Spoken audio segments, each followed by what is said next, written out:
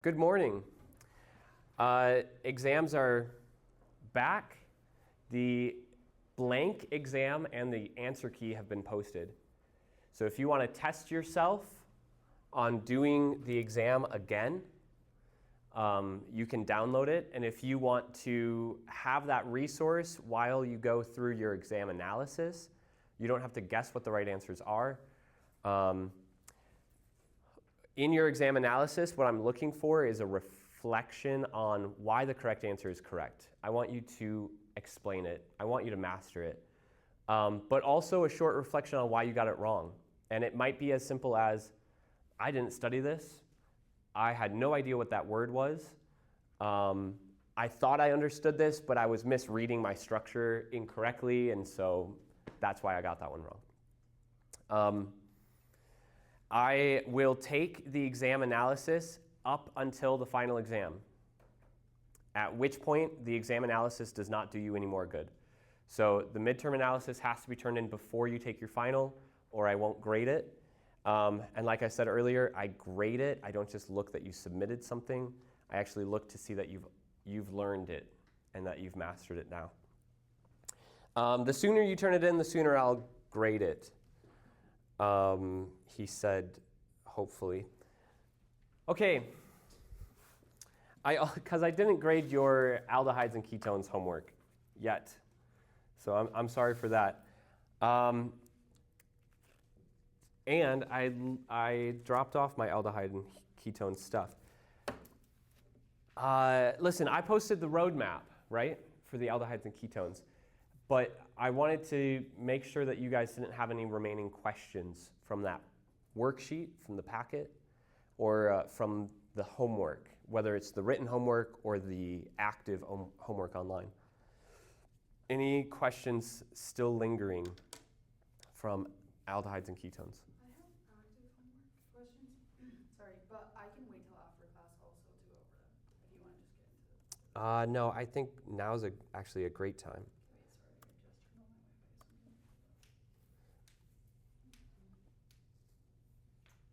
From aldehyde and ketone. Chapter 19. Okay. 13 and 2 of the things from 16. 13 and one of the questions from 16. Okay. Let's start with 13.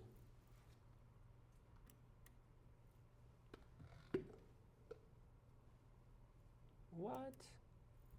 Okay, walk me through your thought process on 13. Even know, John. Okay, then. Add nitrogen. Okay. Wait, Actually, let's do this. Can you just walk me through what you see here and what you're... Okay, we'll go to an aldehyde to some sort of nitrogen-ness. Correct. Something. Start with an aldehyde, react it with... I think what I was thinking was it's the like NH2NR2 reaction, because of the one with the nitrogen. But I don't see two nitrogens in the reagent. Oh, facts. Okay, wait. Facts. Oh, I thought that was a different F word. Good morning. You're welcome. See, that's where I was like, I don't know. So you said it looks like the NH2NR2. Well, now that you say that, no, it doesn't. And it doesn't because... Because there's not nitrogens. Correct. There's not two nitrogens. So what we had noticed in that reaction was the two hydrogens from the N that has them available. And sometimes both will. But in this case, the generic version, one of them has to. Those two hydrogens are lost along with the carbonyl's oxygen to form the imine. Okay, I agree. It's not a hydrazine reaction. This reagent, NH2NH2 is hydrazine. If this, for instance, were like two methyl groups as R's, it would be N dimethylhydrazine, as opposed to like N prime dimethyl. But it's not a hydrazine reaction. It's not going to form a hydrazone. Instead, what am I reacting with? Can you? Is it NHR2? Yes, yes. Another way of saying NHR2. It's what type of functional group? Like, what is it? What type of functional group is? The methyl? No. What type of functional group is a carbon chain bonded to nitrogen? For instance, this functional group is called a hydrazine. This functional group is called a hydrazone. This is an aldehyde, a ketone. You said what? An amine. And we can actually describe the substitution of our amines based on how many carbons are bonded to them, which we don't do for anything else, right? We don't have like a primary, a primary, secondary, tertiary alcohol describes what the oxygen is bonded to. But a primary, secondary, tertiary amine describes how many carbon groups are coming off the nitrogen. So what would this be? Primary, secondary, or tertiary amine? A secondary amine. Good. So this is a reaction with an aldehyde and a secondary amine. And on your worksheet, it says what functional group should be predicted.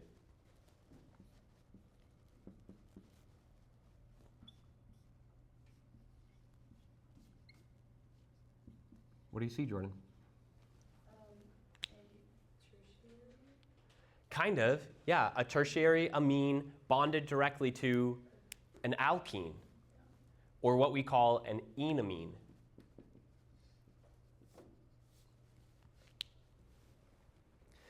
Okay, which I actually have here. But I think I also tried the double bond on this side and it still said it was wrong. Oh, well, Maybe I'm just counting my carbons wrong? yeah, you are counting your carbons wrong. Okay. Sweet. Let me ask you this. Does this generic example on the board agree with the starting material that you have up there? What changes could I make to this so that it resembles what we have up there? H. And then add that. Yeah, take off that R and make it an H. Mm-hmm. Can I make a double bond there into my final product? Yeah. Right. Where is this carbon in the final product, Jordan? Where's the carbonyl carbon in the final product? Bonded to the nitrogen. Yeah, for one, it's got to be one of the two carbons of the alkene. But we know that's an electrophilic carbon, and that's a nucleophile.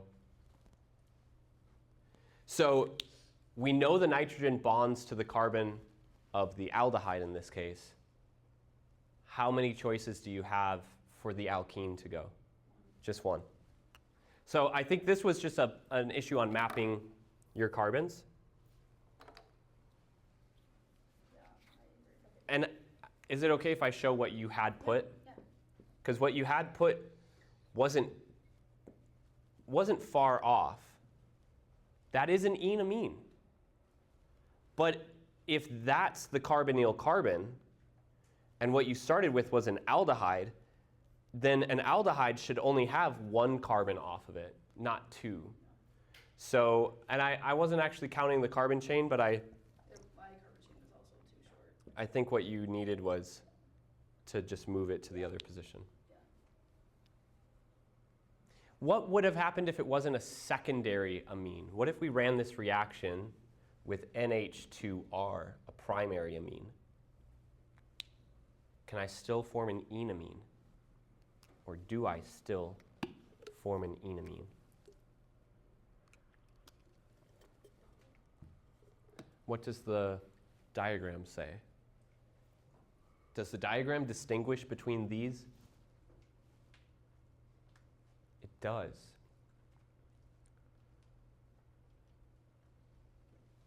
What does the diagram predict for this, a primary amine?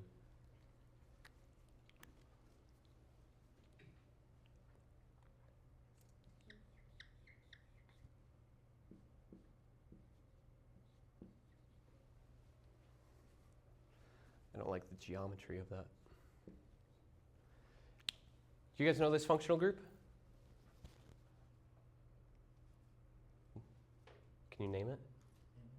The imine with an I. I don't have a good way of remembering that for you. That's just one that you'll need to remember, along with the oxime and the hydrazone and the enamine, just being able to identify those. So what's the difference? A secondary amine forms an enamine, but a primary amine forms an imine. A secondary amine only has one hydrogen to lose from the nitrogen. So where will the second hydrogen come from during the elimination? It has to come from something else. It has to come from a beta carbon. I say beta, but actually it's an alpha carbon to the carbonyl. The primary amine has two hydrogens that it can lose, just like how this hydrazone did up above. So I think well, so first you addressed, the first mistake was identifying the secondary amine as a hydrazine structure. The second mistake was mapping your carbons and bonding the nitrogen to the wrong group. Let's look at 16. Can you name that compound?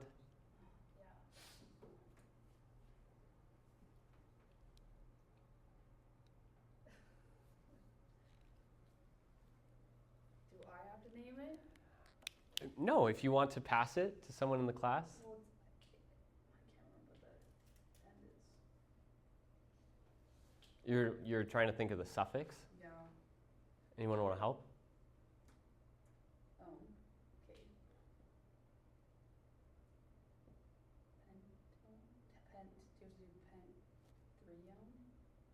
Good, but you don't actually have a suffix. Yeah, there you go. Pentane 3-one or 3-pentanone. I think most people would call it 3-pentanone. But you're right, pentane 3-one. And we need that locant because there could be 2-pentanone instead of 3-pentanone. Okay, so you've got an alcohol, two equivalences to the left. You've got a Grignard and a neutralizing workup to the right. You've got sodium borohydride to the right, and you've got methylamine to the left. Your question was with? I only have, the one I don't have is the bottom left. Okay. I would like to turn this over to you guys. I know some of you might have already submitted this. Any advice you'd give to Jordan about how to solve that problem? Two equivalences of ethanol with tosylic acid. You've looked at your sheet, the diagram. Yes, I did. I just maybe messed up that one. Has anybody else solved this one? First time looking at it? No?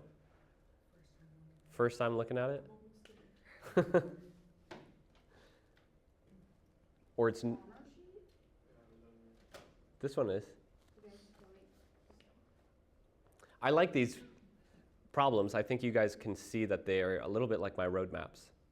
They're actually a little bit like the diagrams, except with blanks in them. Oh, is it just this one? What functional group? And Acetal. Two equivalences of alcohol with a carbonyl forms that acetal.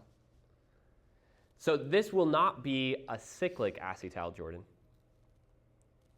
And I think you missed last week's lecture when we did the mechanisms. Yes, but I we did watch it. Good. But We did a mechanism where we formed a cyclic acetal. We did a mechanism where we formed a non-cyclic acetal. So remember that some acetals look like this, two different ethers coming off.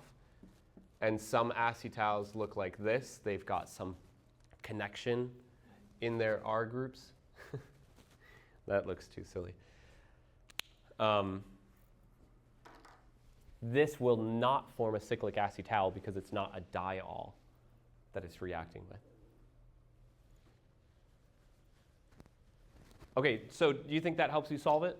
Yes, but then, I think what my issue was, if I put, so there'd just be like oxygen with a CH2, CH3, right, on both. O, Okay. ethyl, O, ethyl. But then it doesn't let me do that. 3,3 diethoxy. Like if you get to this Pentane. point, and then this would just be coming off of the same thing again. Okay, yeah, draw it in. But then it doesn't let you keep going. I see options to give an O. Well, that would be O right here, wouldn't it? I don't. No, yeah, that's not the one I meant. Here. Okay, but then I can't. It doesn't let you build off of that? That's why I think that was my confusion, because I think I had May I? this, yeah, of course. Hmm. But then I was like, I don't know what to go from there.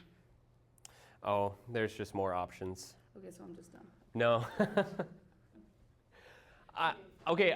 This is a limitation on active, is it not? Yeah. The way that they give you 1 million combination possibilities rather than just letting you build how you want it. Yeah.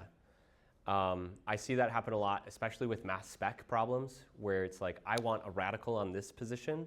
It's like, well, do you want a radical with a positive charge, a radical with a negative charge, a radical with no charge, a radical with a hydrogen, a radical without a hydrogen? They give you every single possibility rather than just letting you choose it.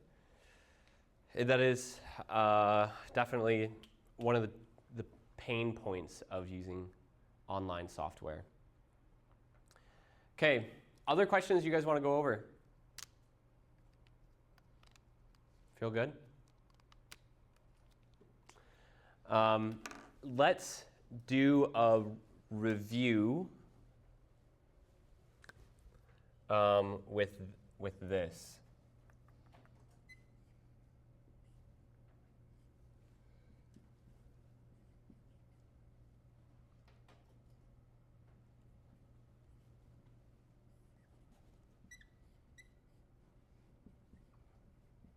Oops.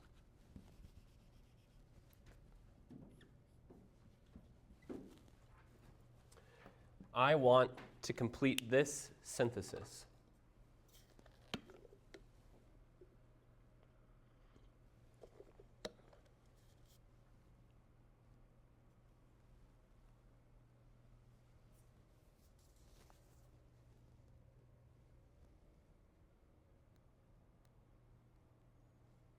Let's have a discussion about this one.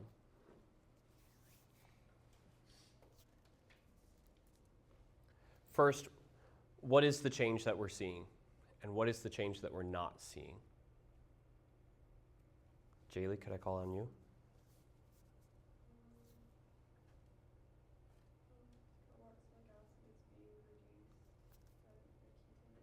Great.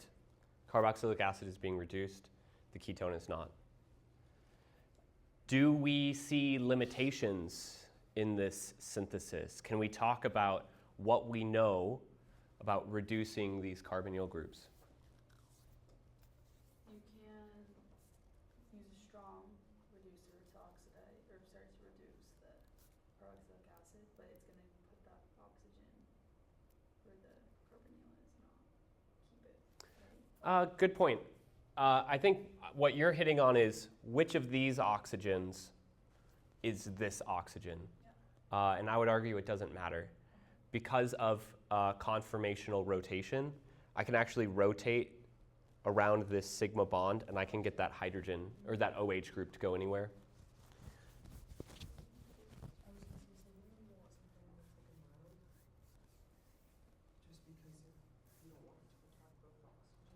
Right. Something more mild, except what Jordan said was we need something strong because the carboxylic acid doesn't get reduced with a mild reducing agent. If I used a mild reducing agent like what you guys have been seeing, sodium borohydride in methanol, I could actually predict that to give me this carboxylic acid, right? That's the wrong direction. That's not the direction I want to go. And if I use a strong reducing agent like LAH and I follow it with an aqueous workup, that doesn't really give me what I want either because it goes too far. But I gave you problems like this on the homework before. Could I take something beyond what I want to do with it and then work it back up, oxidize it again? Well, if I oxidize this, it still takes me in the wrong direction because both the ketone will reform and another carbonyl forms at that primary position, this time an aldehyde, if I use something more mild. But it's not giving me what I want. What it seems that I want to leave the most reactive carbonyl alone and react with the least reactive carbonyl. Somebody tell me why I know those reactivities. You're welcome. Because I told you. I told you it was something you could memorize if my explanation of resonance and induction wasn't making sense. But we know that ketones are more reactive than carboxylic acids. Actually, what we know is that ketones are the next most reactive compared to the carboxylic acid. Aldehydes are even more reactive, but ketones are more reactive than carboxylic acids. So I somehow want to preserve the most reactive position and react with the least reactive position. You see the trouble? Do you see the issue with keeping the most reactive unreacted and reacting with the least reactive? So let's leverage that reactivity. Let's leverage the fact that the ketone is more reactive and make it not a ketone. Let's make sure that the ketone can't react the way a ketone would, but in a way that we can reverse it and get it back later. So we take the ketone, we leverage the fact that it's the most reactive, and we change its chemistry. Then we do whatever we want with the carboxylic acid, and then we undo what we did to protect the ketone. That's how this is framed. It's framed as a protection. So first, make it not a ketone. A good choice for us here is an acetal because we know that we could turn it into an imine or an enamine, but these are still reactive in ways similar to a carbonyl. Acetals are not. I'm going to use ethane 1,2-diol because I want you guys to be familiar with these cyclic protecting groups or these cyclic acetals. By the way, if you're in lab and you're trying to do this, are you likely to get 100% conversion? No, you're not, because this is equilibrium based. So you're always going to be moving forward and backwards between some of these. Why does the carboxylic acid not react? Because, mind you, we already know that carboxylic acids with alcohols in acid form esters. So why is the carboxylic acid not reacting to form an ester? The ketone is more reactive. The ketone is already more electrophilic. So the ketone is more likely to go through a reaction with the alcohol than the actual carboxylic acid is. Now that the ketone is gone, we can get rid of it. I'm sorry. Now that the ketone is gone, we can reduce the carboxylic acid. Once again, to what Jordan was saying, it doesn't really, we're not really specifying which of these oxygens is present, but it probably is the O of the carbonyl, and the OH is leaving in some way, probably as water or some aluminum oxide byproduct. Okay, well, I've reduced this. Can you tell me why the acetal can't be reduced? The carbonyl has a pi bond that can be broken. So the reducing agent can donate H- and break the pi bond. That's easy to do. But the reducing agent can't attack an acetal and kick off an OR group. So the acetal can't be reduced, the carbonyl can. So we've protected the ketone, and now we just hydrolyze it. And this is a limitation in terms of synthesis. This is kind of similar to what was on the roadmap of our aldehyde and ketones worksheet. Remember, I gave an example at the end of last class where we protected a carbonyl during a Grignard reaction, during acyl addition. And couldn't I just combine these two steps? Absolutely, I could. Mimi. Could you explain again why it won't reduce the acetal? Yeah, so the carbonyl has a pi bond that can be broken, and it's easier to break pi bonds than sigma bonds. Pi bonds, remember molecular orbital diagrams? Pi bonds sit here, and sigma bonds sit here. So to break the pi bond requires much less energy. So breaking a sigma bond, not as easy as breaking a pi bond. That's probably the best answer there. Okay, so acetal as a protecting group. That's what this models. That's what the far right side going up of your roadmap on the back page from the last worksheet, that's what that modeled.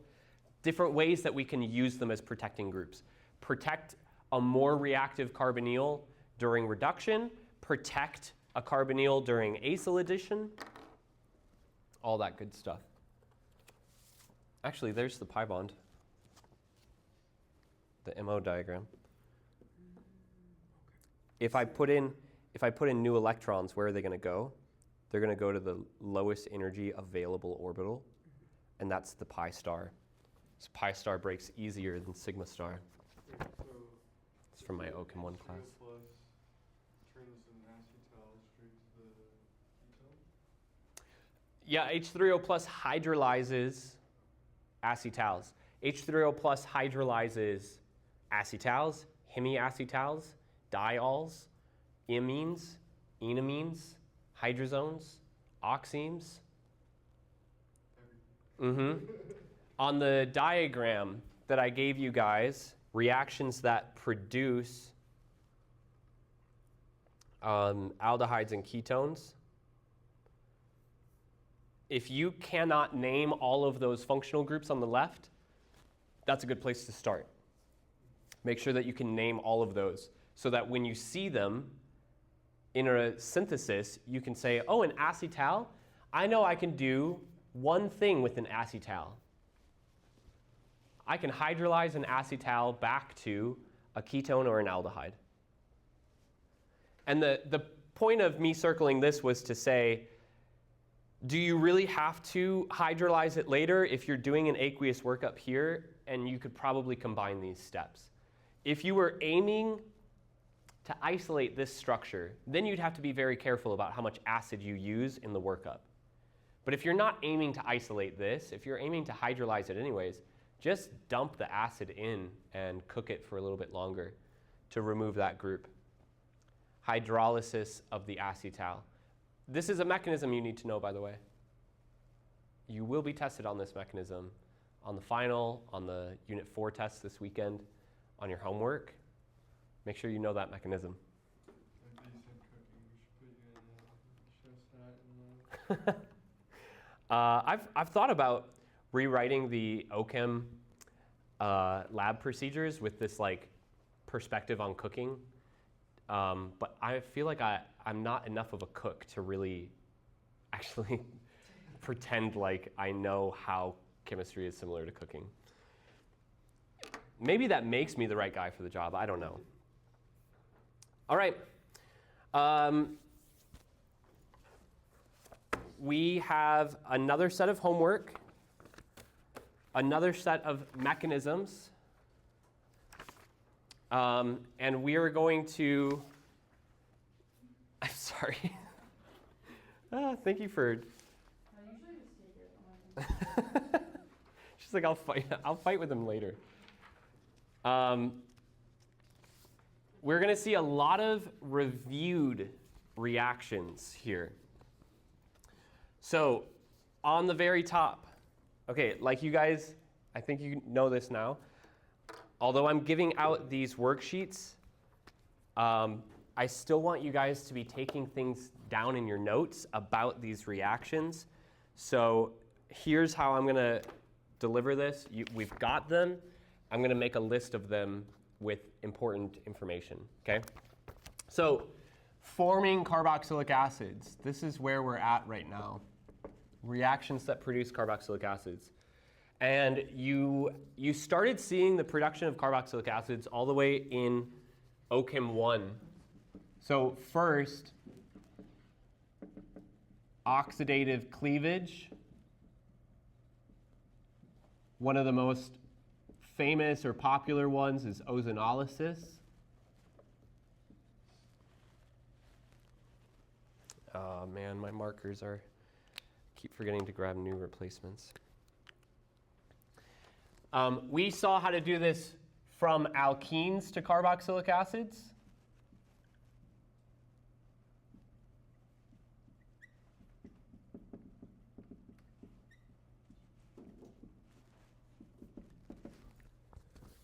So, what? It's not. No, but if you don't want to do it right now, you can just give me a few minutes. But it is. You're looking under Unit 4, right?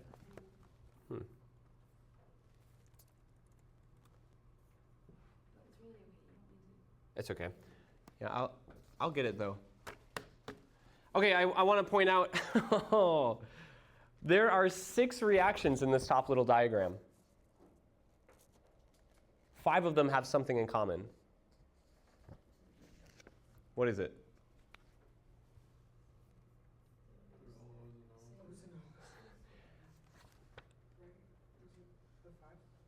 Oh, I messed up. Yeah, no, I see. Yeah, okay, I copy and pasted my heart out. And I copy and pasted a little too hard. Actually, the bottom 2 on the left shouldn't be ozonolysis. That should be chromic acid. Oh, and the one on the top right should be chromic acid. Yeah, 5 of them can be done with hot potassium permanganate. Let me make those corrections as I get to them in a second. Oh, sure enough, it's just not published. And I could have swore I fixed that yesterday, but I clearly didn't. All right, give it a go now and see if you can find it. Great. Okay, same thing with alkynes. Alkynes actually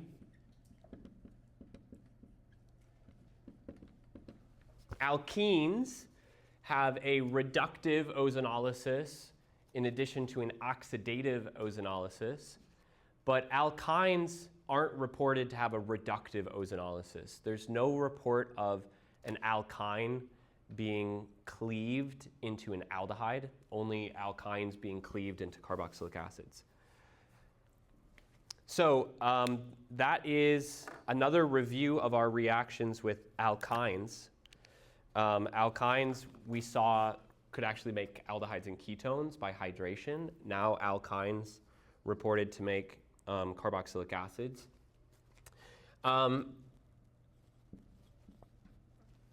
The next one that we saw was benzylic oxidation.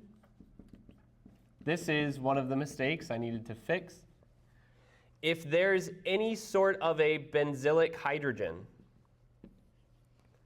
then chromic acid or potassium permanganate can be used to cleave that carbon's chain and oxidize the benzoic carbon into benzoic acid. So if you would make that correction, it is not O3 and H2O2. Sorry, I just copy and pasted too much. You know what I think I saw? CrO3 in my head because I just have O3 written. Actually, all you have to do is put Cr in front of it, and you've made chromium trioxide. And then just turn H2O2 into H2SO4.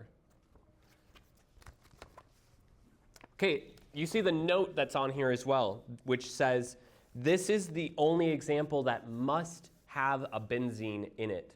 The fact that I've got this 1,2-diphenyl acetylene and trans 1,2-diphenyl ethylene, the fact that I've got benzyl alcohol, and the fact that I've got benzaldehyde does not have to be benzene on any of these other reactions.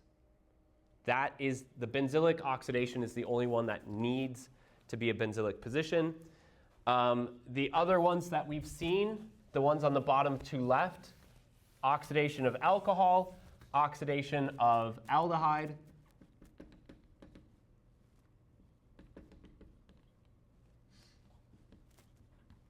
that, again, is a mistake on my part. It should be CrO3 H2SO4 to form a carboxylic acid from a primary alcohol, or oxidation of aldehydes. Once again, should be CrO3, not ozonolysis. Okay, and what I meant for you guys to pick up on there is that most of these reactions are using our strong oxidizers. 5 of these reactions can be done with the strong oxidizer, potassium permanganate, which is really another way of saying the carboxylic acid is highly oxidized. It's a highly oxidized carbon. And to form it, you typically have to do some sort of oxidation. Okay, here's our new one, the only new reaction.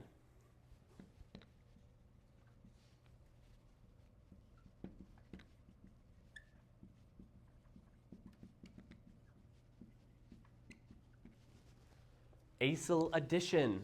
Okay, so it's not really new. We could have shown this back in our alcohols chapter when we introduced Grignards and the acyl addition that Grignards do. But we're saving it because when we first introduced acyl addition, it was a useful way of forming alcohols. And this is a useful way for us to form carboxylic acids if the acyl group that we're opening is CO2. So we need some sort of organometallic. We need a reaction with carbon dioxide, and then we need an aqueous workup as well. You got a question? It should be a Grignard or an organolithium. I've not seen this reported with cuprate, the diorganocuprates. I think the cuprates, again, are just too weak of a nucleophile. They are not used for acyl addition in general, so I don't think they're useful for this acyl addition. I want to show you a little bit about how that works. We'll take the example that I have on the worksheet, phenyl Grignard, and we'll react it with CO2. What's my nucleophile in this reaction?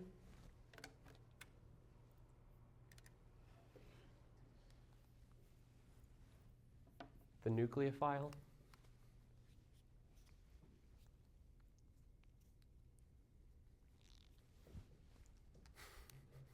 Would it be the benzene? Yeah, the carbon bonded to magnesium, not the aromatic pi electrons. Right. Because remember, the organometallics can really be thought of as some negatively charged carbon balanced by this magnesium bromide salt. So carbon attacks carbon. Once again, we've got a nucleophilic carbon in the presence of an electrophilic carbon. Oh, I've got two carbonyls essentially.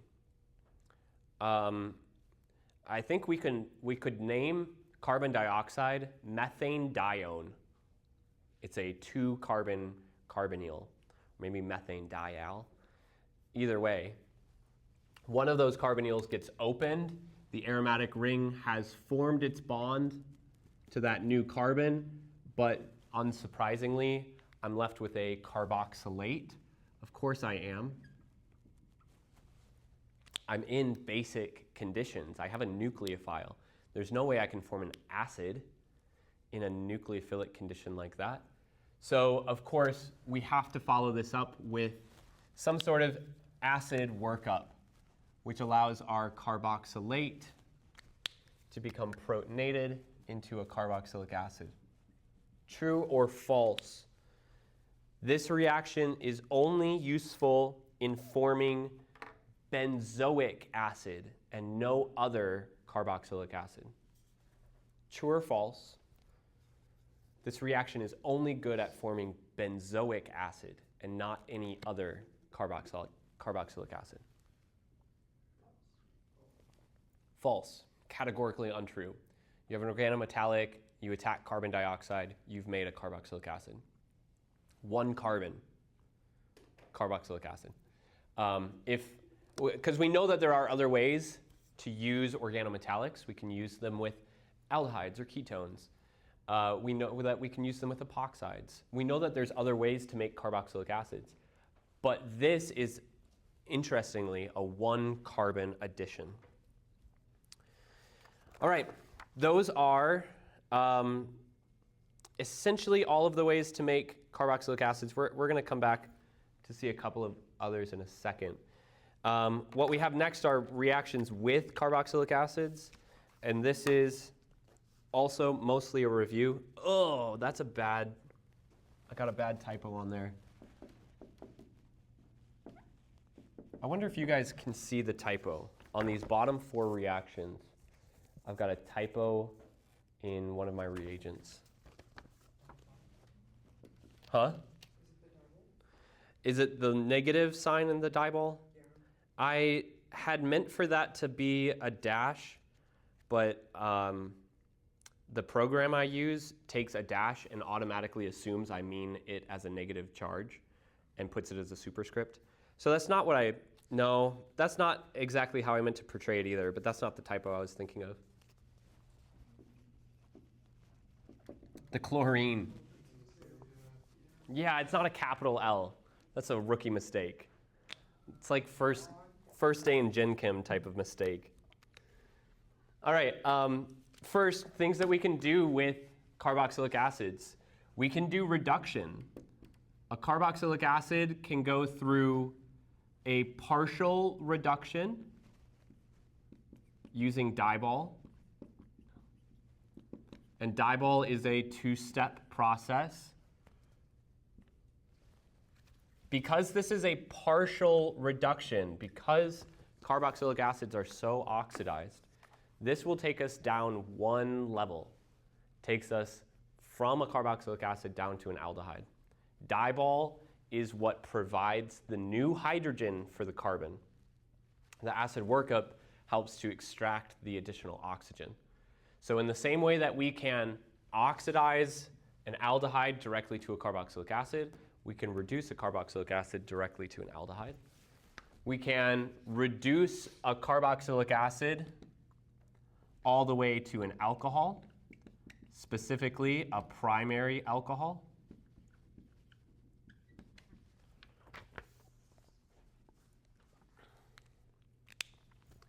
And then we have these reactions that can be referred to as acyl substitution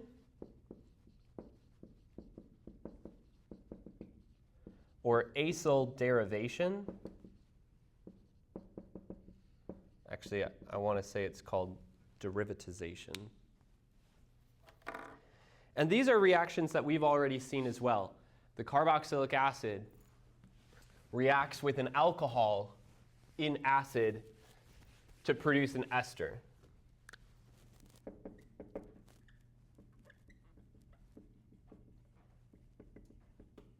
Or the carboxylic acid reacts with thionyl chloride to form an acid halide.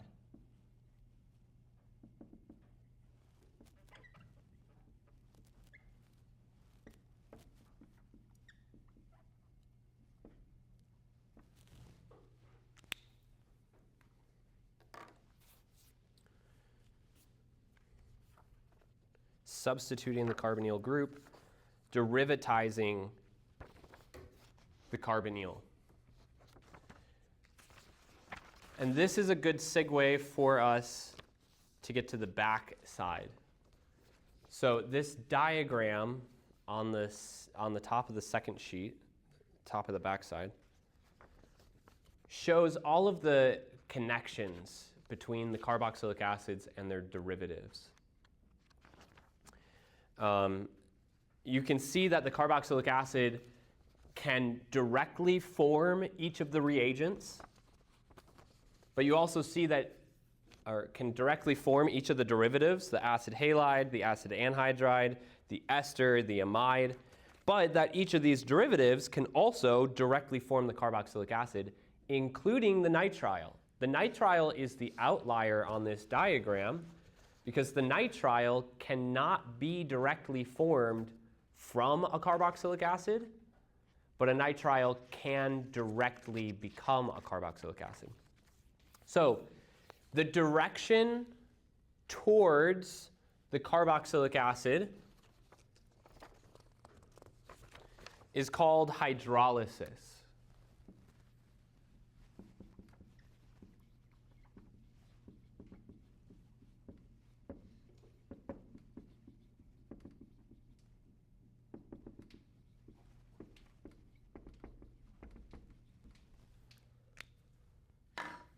I want you to look at the hydrolysis reactions. That's from the acid halide to the carboxylic acid, from the anhydride to the carboxylic acid, from the ester, from the amide, from the nitrile to the carboxylic acid.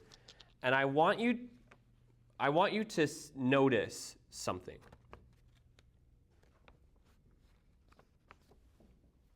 What is the same, what is different about the hydrolysis reactions?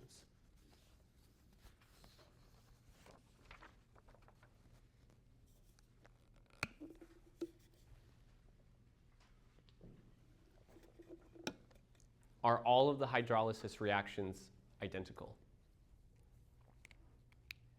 No. What's different?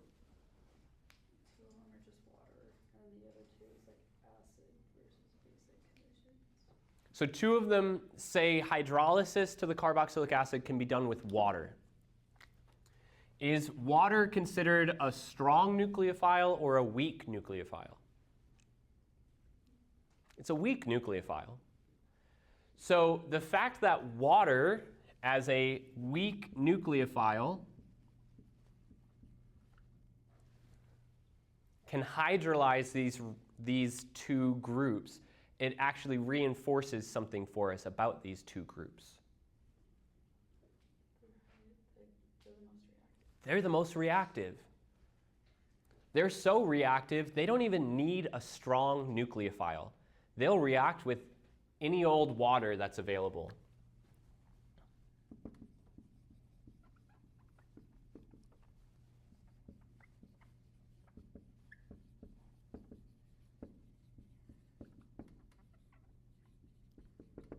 Water is enough to hydrolyze the most reactive. Last week in lab, you guys took a carboxylic acid, turned it into an acid halide, and then used that acid halide intermediate to form DEET, an amide. And it was important that you didn't have any water in the reaction apparatus, otherwise the water would hydrolyze the acid halide intermediate and you wouldn't get good yield. And during lab last week, one of the groups had their reflux apparatus sat directly above their hot water bath while they were getting the round bottom flask ready. And if you've done your post-lab quiz, then you know the post-lab quiz actually describes that exact scenario. Student A set up the hot water bath, student B puts their column right above it, and then they start getting things ready, and surprisingly, their reaction goes nowhere. What happened? Well, they boiled all this water, filled their reflux condenser with this steam, with this vapor, and essentially ruined their reaction because they provided the reagent that would hydrolyze their acid halide. I think I caught it for the group last week just in time that they didn't have to run into that issue. All right, so I want to show you guys what this process looks like for hydrolyzing something as reactive as the acid halide or the acid anhydride. So here's a short mechanism. We'll keep it simple. We'll use acetyl chloride or acetic anhydride. So here's acetyl chloride, here's water. As a weak nucleophile, water really only attacks large partial positives. Remember, water is a weak magnet, so it's going to need a very strong magnet to attract it in order to do a reaction. And we know that the partial positive on the acid halide carbon is very strong. So first, the pi bond breaks open.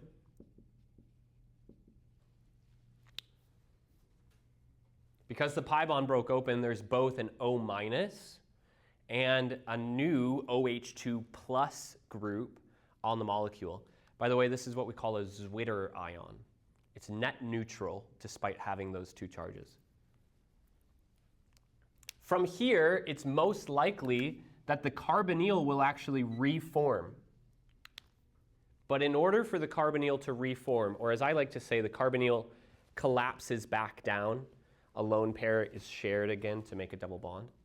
In order for that double bond to reform, something has to leave. Is there the chance that water gets kicked off? Absolutely. Is there a chance that chlorine gets kicked off? Absolutely.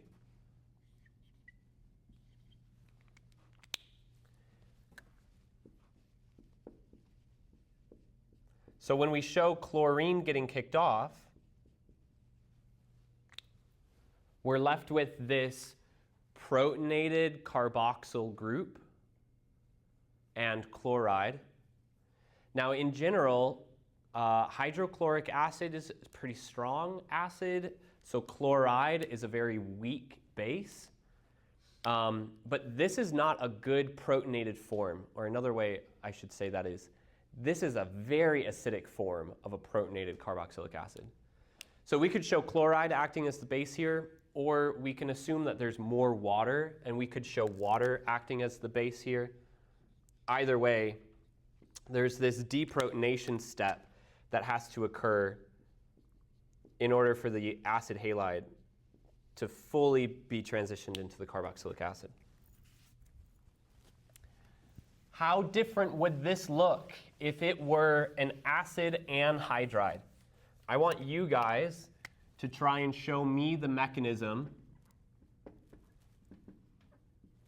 for the hydrolysis of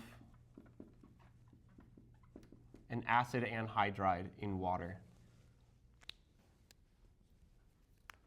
What's the difference between hydrolyzing the acid halide and hydrolyzing the acid anhydride? The acid halide gives a byproduct of HCl. The acid anhydride gets hydrated into two acids. Can you show me the mechanism?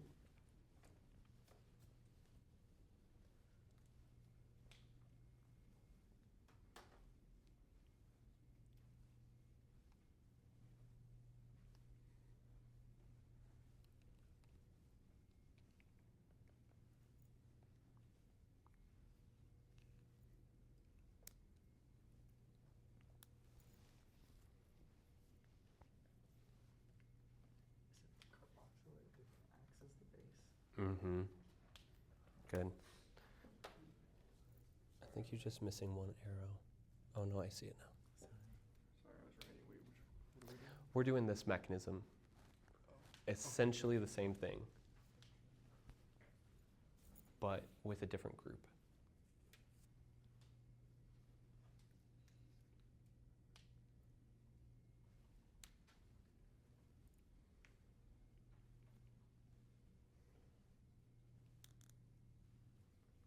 Which carbonyl are you attacking? Does it matter? Great.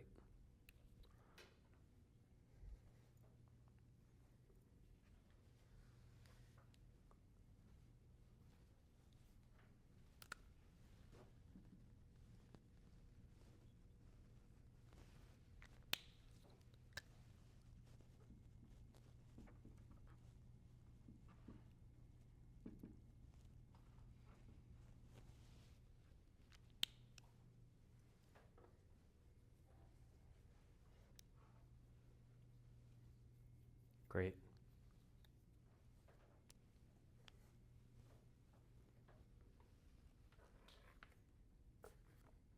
Yeah, I don't know why I keep coming back. You already had it.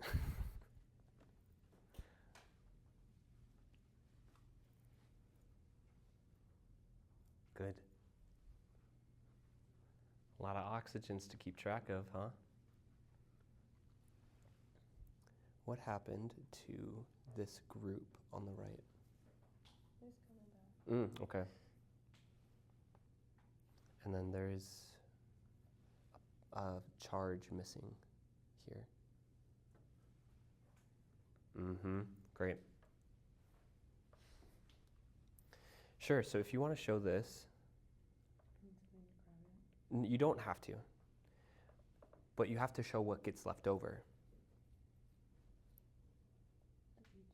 H plus, perfect, yep. And there is a likely candidate for who takes it, and it would be your weak base. Oh, I think you accidentally added an O. Should be a CH3.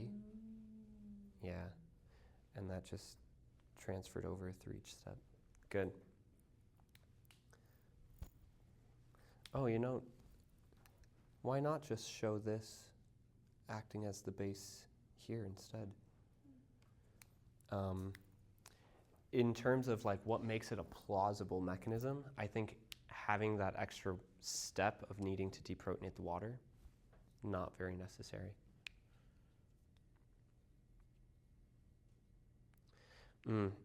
What you're trying to do, Evan, is an intramolecular proton transfer. And it's actually quite hard to do when you think about bond angles. For instance, you've got 1, 2, 3, 4 atom group. So you're trying to force it into this 4-membered transition state to transfer bonds. It's much more likely that instead something gets kicked off. You should see, so this mechanism was 3 steps. In the first step, we saw addition. And in the second step, we saw elimination. Do you know what addition followed by elimination gives you? Hint, it doesn't give you addition or elimination. Addition plus elimination equals substitution. Where did I put that? Substitution. Exactly. What we're looking at are substitutions. So I would say in these conditions, when you get to this protonated intermediate, it's much more likely that something is going to get kicked off in the next step. And that gives us, just like last time, this protonated carboxylic acid. But now, instead of having a halide, it gives us a carboxylate. What is a stronger base? Carboxylate, in this case acetate, or chloride? Which is a stronger base, carboxylate or chloride?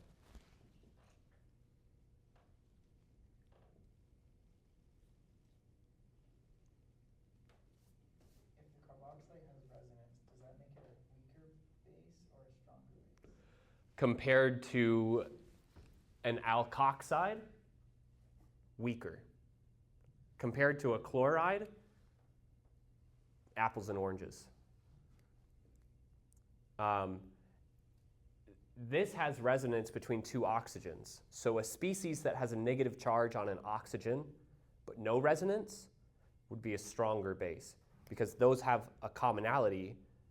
The basic atom is both oxygen and the charge is the same. But when you compare a carboxylate to a halide, you've got different atoms, and that changes the game a lot too. You might try to go by intuition here. What's a stronger acid? Hydrochloric acid or a carboxylic acid?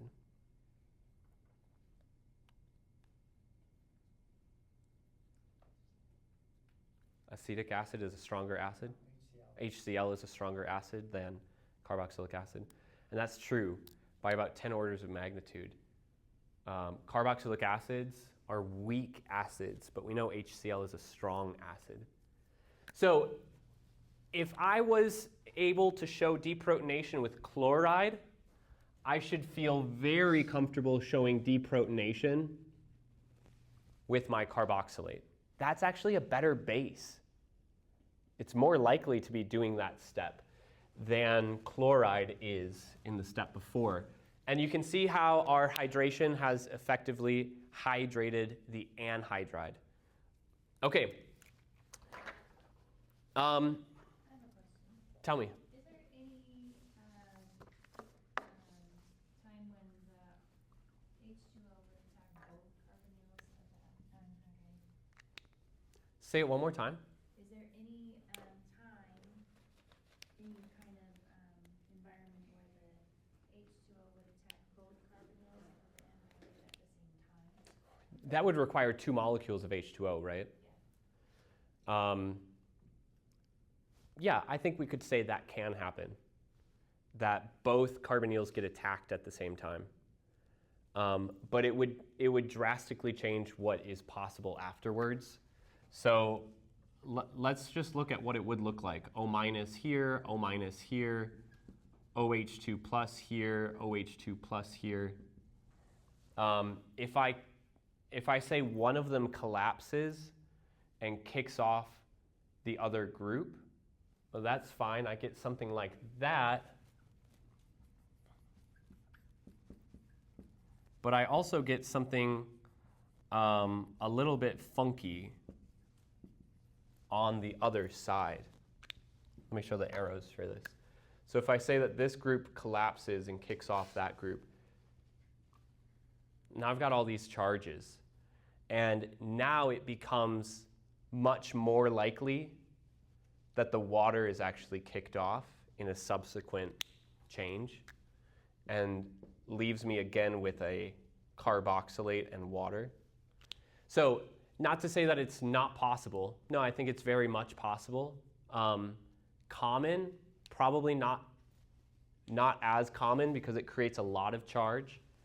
It would require a very specific alignment of 3 molecules, the anhydride and 2 molecules of water, needing to run into each other at the exact same time with the proper orientation and the right energy for all of those changes to happen at once.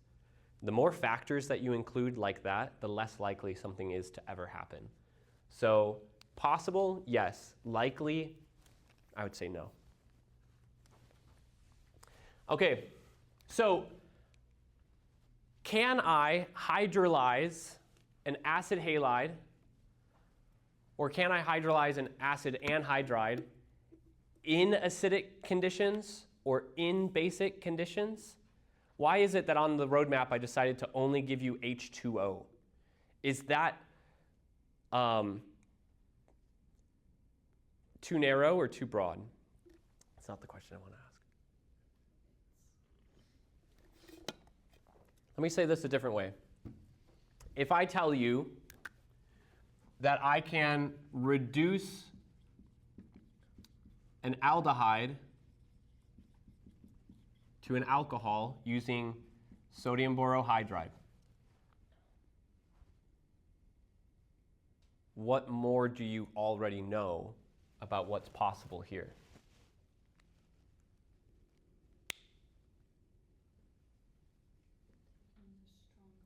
I could use a stronger reducing agent.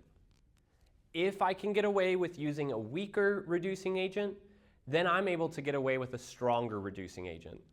So if I'm able to hydrolyze these in water, guess what?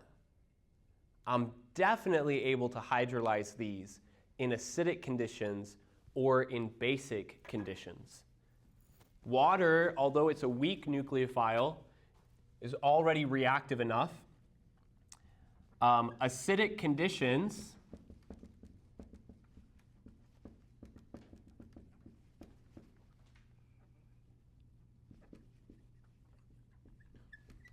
increases electrophilic character or electrophilicity. And hydroxide, basic conditions,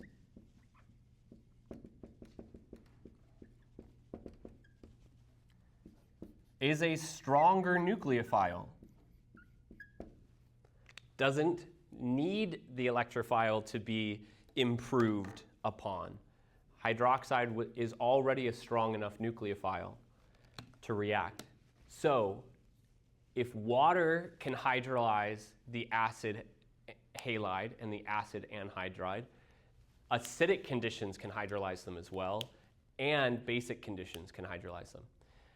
Do you guys recognize why hydrolysis in basic conditions has to have a 1,2?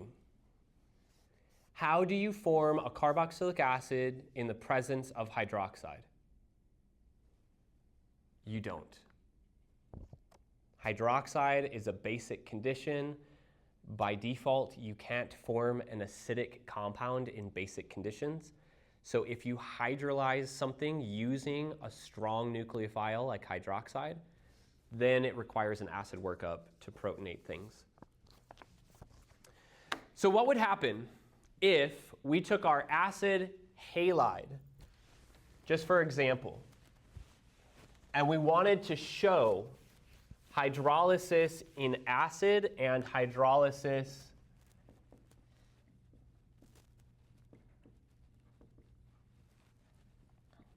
in basic conditions?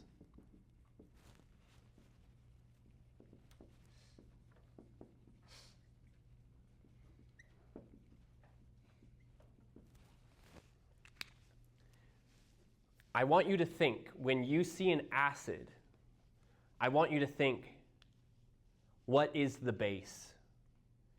And if there's more than one possible base, then you might have to think about which base is useful to me in my mechanism.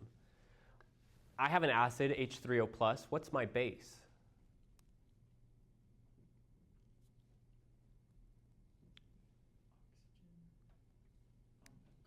Good. It definitely has to be the acid halide because that's the only other reagent I have in my drawing. But out of the possibilities, it's the oxygen, because we talked last week about how the oxygen is the basic position of the carbonyl. So the carbonyl gets protonated. Does the acid halide really need to be protonated? No, it doesn't, because it's already quite reactive. But when a carbonyl gets protonated, what happens? It becomes more electrophilic. It becomes more likely to accept electrons. The partial positive increases. So for something like a carboxylic acid, or an ester, or an amide, acidic conditions protonates the carbonyl and makes it more likely that water will open that carbonyl by acyl addition. Now I want to point out that things do look different here. Instead of an O- in the intermediate, there's actually this OH along with the new OH2+, which means the mechanism continues to look different when the chloride gets kicked off.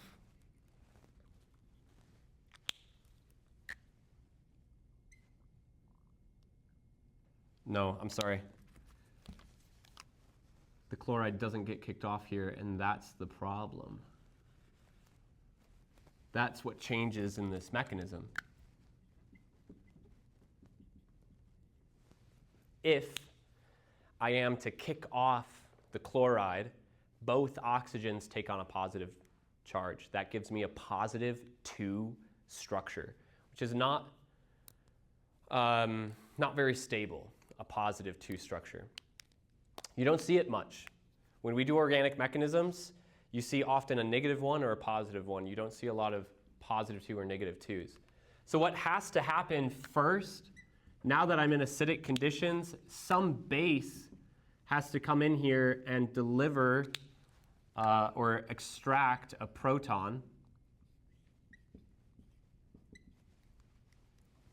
Gives me that neutral tetrahedral intermediate that then collapses to kick off the chloride. Boy, doesn't this just seem like a nicer mechanism? By the way, this actually regenerates H3O+, just in time for our chloride to act as a base. Okay, here's the gist of it. The acid acts as a catalyst. It's catalyzing hydrolysis. And a catalyst lowers the activation barrier. The activation barrier was already low. The activation barrier was already low because we knew that water could do this reaction. But the acid protonated the carbonyl and lowered the energy barrier even further. It made it more electrophilic. But in addition to lowering the energy barrier, catalysts often change the mechanism. They change how many steps are involved. They change what bonds break at what points. They change what charges are seen. So the acid here is serving as a catalyst in this hydrolysis reaction. It does make it quicker to hydrolyze, but it definitely makes the mechanism more tedious. Okay, when we return tomorrow, we'll finish talking about these reactions, specifically the other directions that we can go from carboxylic acid to these other groups.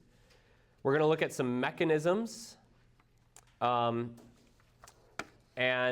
tomorrow and Thursday we'll do practice with synthesis and roadmaps as well.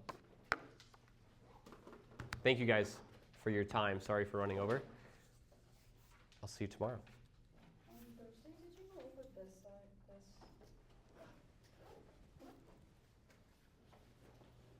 No, actually, I didn't. Is it like the same thing though?